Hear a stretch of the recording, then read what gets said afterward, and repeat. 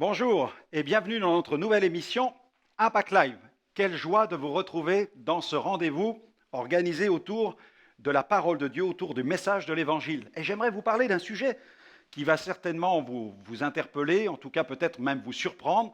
Il s'agit du mot pécheur. En effet, souvent dans les églises, vous avez certainement entendu cela, ou à la télévision, dans un film chrétien, ou en tout cas dans un film où il était question du message de Dieu, du message de la Bible, vous avez entendu ce mot pécheur qui a résonné. Et vous dites, mais pécheur, ça veut dire quoi? Pécheur, ça veut dire quoi? Surtout, n'allez pas confondre ce mot pécheur, dans le sens biblique, avec le pêcheur de poissons. Quand la Bible dit que nous sommes pêcheurs, elle ne nous dit pas que nous sommes des pêcheurs à la ligne, elle ne nous dit pas que nous sommes des pêcheurs de poissons. Quoique j'ai connu un pêcheur qui, lui, avait placé la pratique de la pêche bien avant Dieu. Au lieu de placer Dieu au centre de sa vie et d'aller écouter le pasteur le dimanche, cet homme, il résistait et il voulait absolument mettre la pêche au premier plan dans sa vie. Alors le dimanche matin, il allait pêcher. Et sa femme lui disait, mais tu devrais aller écouter la Bible, tu devrais aller un peu à l'église, tu en as besoin. Et cet homme, résistait au conseil de son épouse. Et puis en automne, il est allé au bord du lac où il avait l'habitude d'aller pêcher. Et puis il a commencé à préparer tout son matériel. Et sans faire attention, à un moment, il a mis son pied dans un trou d'eau. Et il est carrément tombé à l'intérieur. Il avait de l'eau jusqu'en haut de la cuisse. Et avec peine, il a fini par sortir la jambe de ce trou. Et il était tout trempé rapidement. Il est allé dans son véhicule chercher un autre vêtement, un autre pantalon. Il a été nettoyer ses bottes en caoutchouc. Il faisait très froid, on était en automne et la température était très basse ce matin-là. Il s'est rhabillé, il est retourné au bord du lac. Il a fait bien attention de ne pas mettre ses pieds dans un autre trou.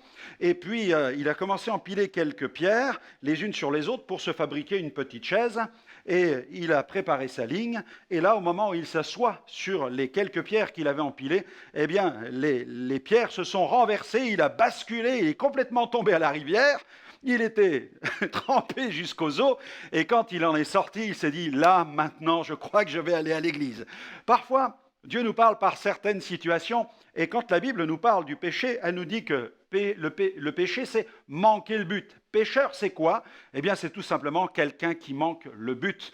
Quelqu'un qui manque le but que Dieu a fixé. Parce que Dieu a fixé un but, et son but, ce n'est pas seulement, comprenez-moi bien, ce n'est pas seulement d'aller un dimanche matin de temps en temps dans une église pour écouter un sermon apporté par un pasteur, mais le but, c'est que le dimanche, finalement, ce soit tous les jours. C'est que Dieu soit à la première place dans notre vie, c'est que nous ayons compris quel est le sens du message de l'Évangile, parce que dans la Bible, le péché, c'est manquer le but, c'est aussi transgresser les lois de Dieu. Et nous avons transgressé les lois de Dieu, nous avons péché, nous avons transgressé ses commandements, des commandements dans lesquels Dieu nous dit, tu ne mentiras point, tu ne voleras point, tu ne commettras point d'adultère, tu consacreras du temps à Dieu. Dans les 10 commandements, Moïse donne des lois tellement importantes concernant notre relation les uns avec les autres, mais aussi notre relation avec Dieu. Et Jésus a tout symbolisé, tout synthétisé dans 2 commandements. Tu aimeras le Seigneur ton Dieu de toute ta force, de toute ton âme, de toute ta pensée, et tu aimeras ton prochain comme toi-même. Et Jésus est venu justement pour nous délivrer du péché, afin que nous ne soyons plus des pécheurs pratiquants, mais que nous soyons des pécheurs lavés de leurs péchés et sauvés par grâce. Allez, je vous propose de marquer une pause maintenant, une pause célébration avec le groupe Impact qui chante ce chant magnifique, rédempteur, adorable. On se retrouve dans quelques instants.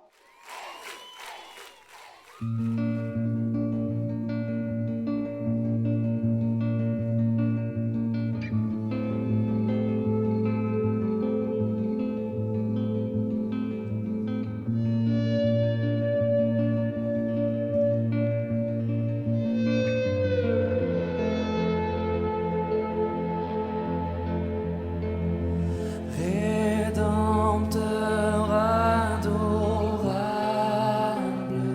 sur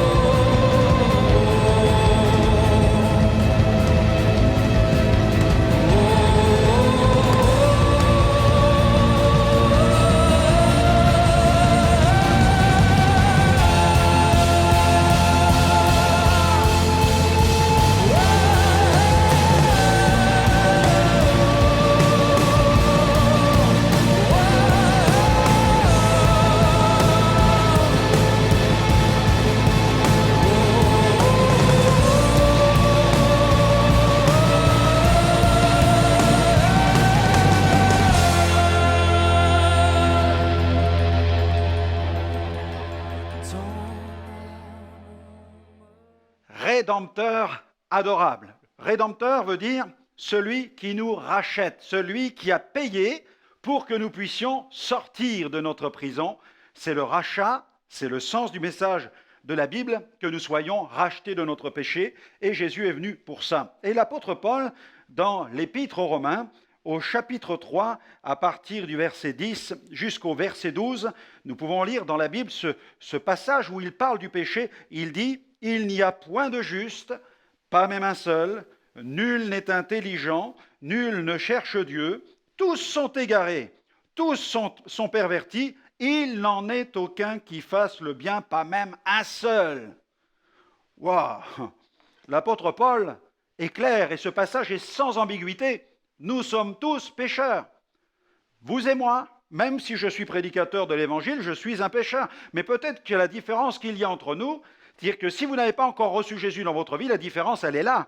C'est que je suis un pécheur, mais Jésus est dans ma vie et Jésus me lave de mes péchés. Jésus m'a purifié de tous mes péchés. Et je vous invite véritablement à laisser Jésus venir dans votre existence, établir son règne, non seulement pour pardonner vos péchés. Dieu n'est pas là pour nous dépanner, pour régler nos factures. Il n'est pas là pour qu'il règle simplement la dette de nos péchés. Dieu ne veut pas seulement pardonner nos fautes, mais il veut changer le pécheur que je suis, pour que je ne sois plus un pratiquant du péché, mais que je devienne une nouvelle créature. Comme la Bible l'enseigne, si quelqu'un est dans le Christ, il est une nouvelle création. Les choses anciennes sont passées, voici pour lui, toutes choses sont devenues nouvelles.